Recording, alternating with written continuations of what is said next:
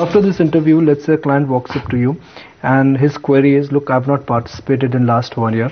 I missed last year's 20% rally. Okay. So give me a short-term trading idea, a medium-term trading idea, and a long-term trading idea, irrespective of the asset class. Okay. If somebody comes to the very short term, then I'll say go and buy media stock from a short term, because... Define short term for me first. Okay. Our short term will be a quarter.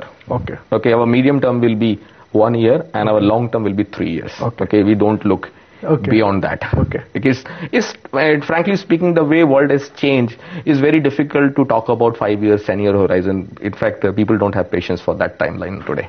Okay, so your short-term idea is buy media, which is for next 1 quarter. Yes. What about your medium-term and long-term ideas? Medium-term idea will still go for the private sector banks. So maybe I'll still recommend ICICI Bank on that thing. And long-term idea will still go for pharma and FMCG names. Okay, so are they expensive? They are, but again, you have to see whether these sectors are in secular bull run or not. So, okay, let's talk about India. Okay, now people are so worried about it. We think India's story is still on and secular bull run is on. Whatever we have seen from 2008 till December 2011 or maybe December 2012, depending on the cycle which you look at, we think that was a cyclical correction and that phase is over. And we see now 2013 will be a opportunity to build exposure to capitalize on 2014 and 15 move in the market. So I will look for a buying opportunity, and we are very convinced about liquid driven global equities rally. So you're making a strong case that, look, global growth is making a comeback, but it is still below the comfort level. There is a lot of abundant liquidity, but this time around global liquidity will not move into bonds. It will move into equities, and it will not move into commodities. Yes. Now that's a very strong call. Yeah. I'll give you a very small example. Let's take about a classic example of euro. We downgraded euro in January 2006, okay, 2010, sorry, around 1.56, 1.7. We were very early in making that call, okay. And same year, right from January till June 2010, we saw a vertical crack from 1.6 to 1.198. That was the bottom. And trading bottom was also in place same year within maybe fraction of 5 months, okay. Now last year was much more worse for European market. But look at Europe, euro didn't crack up to that extent. It came, yes, back to 1.21 or something close to that. But it was hovering, and look at the bounce. So the background, what is that? When everybody is extremely bearish, people are mentally prepared. At 1.567, nobody was prepared. And hence, you saw vertical crack. Last year, everybody was mentally prepared that euro will remain weak. And that's the reason you've seen that euro has not cracked. Now coming back to 1.36, 1.37 is amazing strength which is there. So we are equally optimistic from a short-term perspective about euro also. We think euro will also bounce back. What, to your mind, could be the band for the dollar index? Okay, that's an interesting question. We think dollar has potential to move up further. Okay, we are extremely... Move up means rupee will come down.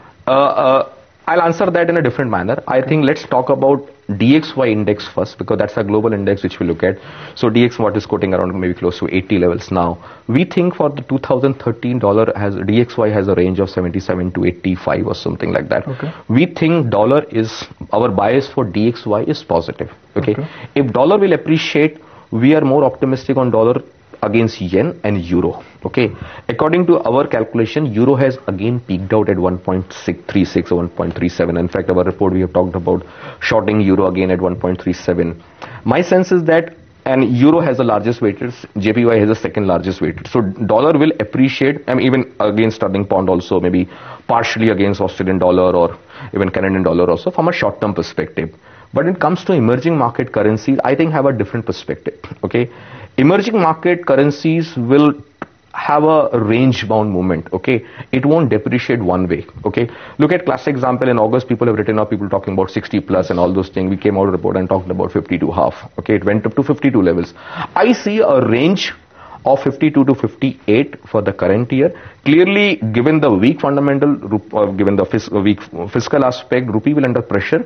But since we are talking about huge liquidity-driven rally, the flow will put pressure, upward pressure on the rupee. So I see a range-bound movement in rupee rather than rupee having a big crack sort of thing, which a lot of people are talking on the street. What about global volatility? Do you think globally some degree of complacency has kicked in because global volatility, according to your report, is at a historic low, and the only way global volatility could move is now it could go up? See, when we talk about, let's say, lower walls or complacency is there, we have a like complacency index sort of thing. It has to be also measured on the performance of the index. Okay, index has not behaved in any manner which clearly signs of euphoria. Okay, when there is a euphoria and walls are low, that's a classic top signal. Okay, but walls are low, walls can be sticky for a long period of time. Okay, so I'm not worried about. But one behavior message is very clear: market is not expecting anything dramatic. Okay, in 2013, that's the reason. One of the reason walls are very low. That could backfire also. It can backfire also, but again, you don't have to look only in isolation in walls. Okay, when we look at the combination aspect, then we are more confident to make this statement. So for next 12 months between China, Europe and US, which region could surprise us and which region could disappoint us? See, surprise, I will not call it surprise. US has been demonstrating a bull run sort of right from October 2011. This was first market started moving up. So I continues to remain bullish and things are improving in US, okay? And we are very gung-ho about US market, okay? Europe will be some sort of more volatile, okay? And the Tokyo market will be more linked with the yen movement. So maybe we have seen yen peaking out from a trading perspective. So maybe Tokyo market has also peaked out from a trading perspective. But if I say slightly 3 years view, I'm extremely gung-ho. Maybe yen will be, Tokyo market will be 20,000. That sort of absurd number can happen. China, we think China has potential to give you a positive return. If the index could give you a positive I'm talking about CSI or HSI, which will index which you look at, can give you positive return in absolute terms, but on relative basis, it can still underperform. And China can underperform even Hong Kong market. Okay, so we are not very bearish on China the way we were bearish on last year, and that's the reason even for commodities, our call is more of sell on rallies rather than holding continuous short positions. Apart from crude and gold, which are the other commodities you're bearish on, where you think structurally a bear market has started? I think if I have to put, we are still very bullish on precious metal from a secular long-term perspective. Okay.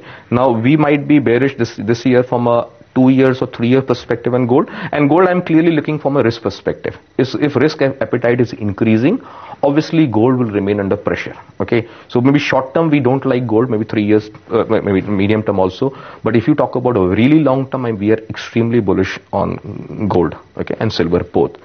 And similarly, we are equally bullish on agri commodities. I think that is next bull run will happen in agri commodities down the line few years.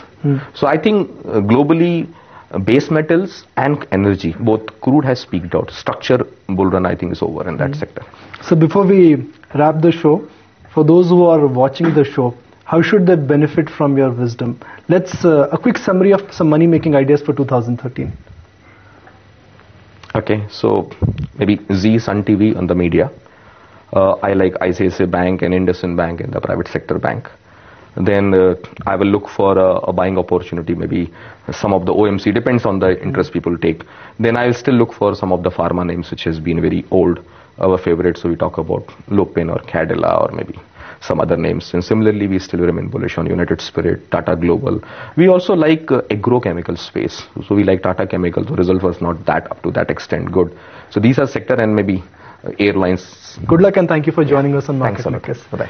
That's it on this edition of Market Makers. I'm Nikunj Dalima signing off. Thank you for watching the show.